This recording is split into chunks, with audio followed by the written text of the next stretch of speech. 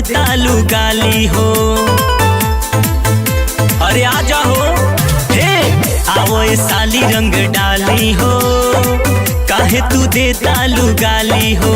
और इस खेली के होलिया ए साली हम तोहके खियाइब पिज़्ज़ा।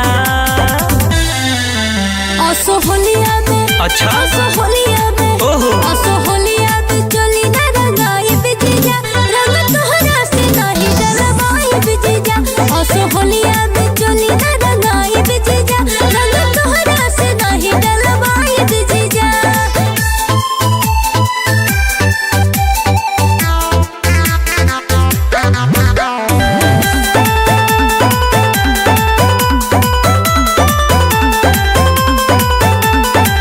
लेके साली पिचकारी तोहरा पीछे हम आई।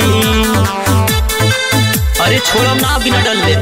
हाँ लेके साली पिचकारी तोहरा पीछे हम आई। करा तू कितनो कोशिश जीजा, रंग नहीं डलवाई। मानवतिया तो साली सीधा सीधा। आसो होलिया में, अच्छा आसो होलिया में, हाँ हाँ आसो होलिया में चोली ना रंगाई बिजीजा, रंग तोहरा से नहीं डलवाई बिजीजा।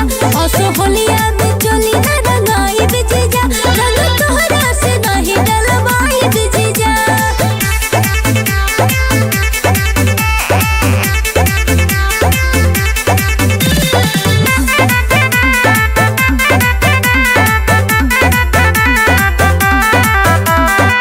हाथ में लेके रंगवा करतनी इंतजार हो।